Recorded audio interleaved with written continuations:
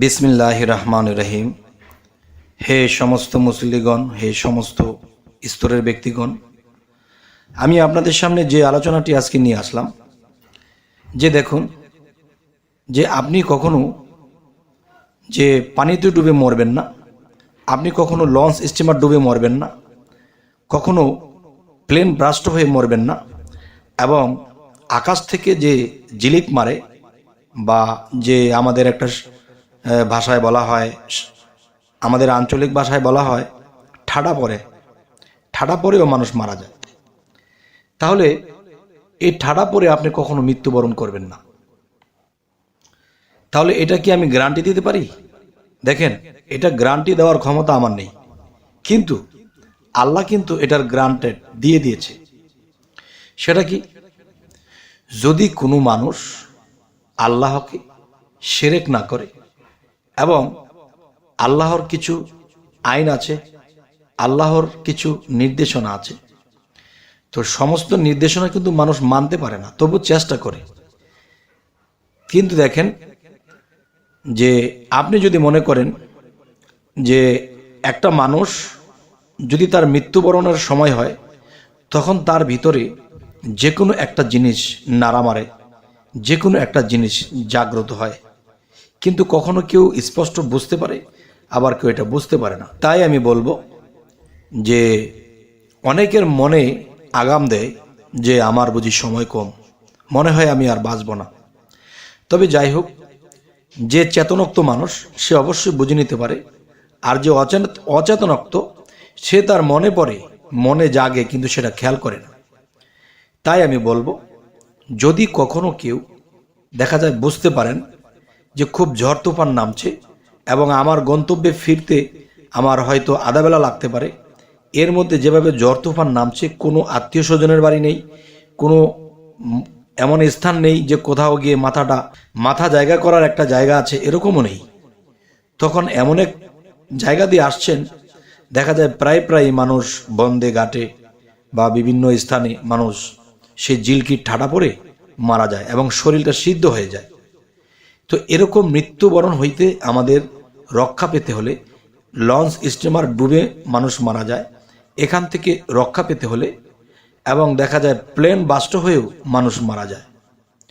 একটা জিনিস দেখেন, মানুষকে আল্লাহ ঘুমন্ত অবস্থায়ও কিছু জিনিস দেখিয়ে ইশারা করে, কিন্তু সেই মানুষটা যদি চেতনোক্ত হয়, তাহলে সে বুঝে নিতে পারে যে আজকে গেলে আমার একটা বিপদ হবে, বা আমার মৃত্যু হতে পারে, বা আমার যে কোনো একটা সমস্যা হতে পারে। তো এখন কথা হলো যে যাই হোক, কেউ বুঝতে পেরেছে, সাবধান হয়েছে, আবার কেউ বুঝতে পারেনি কিন্তু সে সাবধান হয়নি। তাই আমি বলবো যে লঞ্চ স্টিমার ডুবে মারা যায় এবং ঠাডাতেও মারা যায়, এবং দেখা যায় প্লেন বাস্ট হয়ে মারা যায়, বা রাস্তার মধ্যে আপনি খুব সাইড দিয়ে আপনার আইন মতো আপনি হাঁটছেন, আপনি গাড়ি থেকে অনেক দূরে, কিন্তু গাড়ি আপনার উপরে উঠিয়ে দিয়েছে, এরকম হয়। তাহলে এই ধরনের মৃত্যু হতে আমাদেরকে বাঁচতে হলে আল্লাহ কিন্তু এর কিছু ব্যবস্থা রেখেছে। দেখেন, যে সর্বসাধারণের মধ্যে সবাই কিন্তু আয়াতুল কুরসি পাঠ করতে পারে না, তবে অন্ততপক্ষে দেখা যায় কি, যে মানুষ যে সূরা ফাতিহা পারে এবং সূরা ইখলাস, কুল হু আল্লাহ সূরাটা অন্তত পারে, সাথে ফালাক এবং নাস।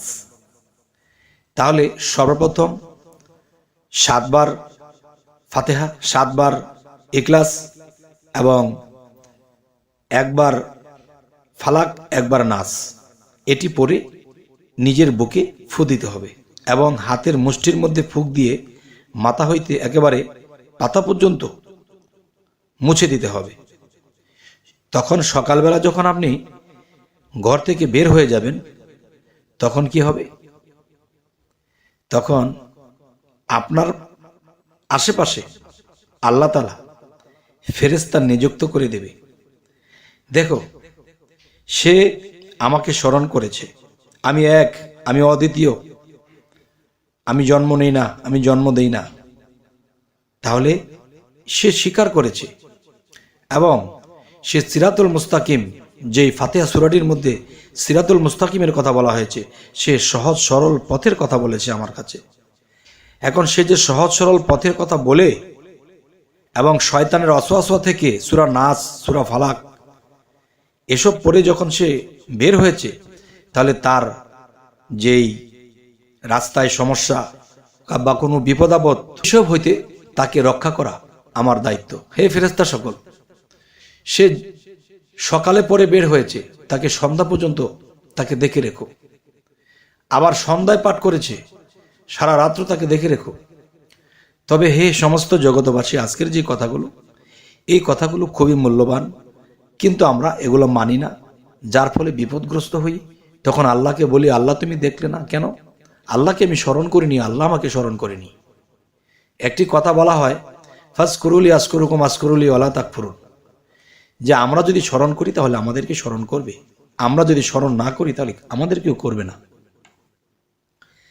তাই বলতে চাই যে রহমতের ফেরেশতা বা রক্ষা করার জন্য যে আল্লাহ ফেরেশতাদেরকে রেখেছে, যারা আল্লাহর কাছে নিজের প্রাণকে সঁপে দেয় এবং আল্লাহর জিকিরের সাথে চলে, আল্লাহ অবশ্যই তাকে দেখে রাখে।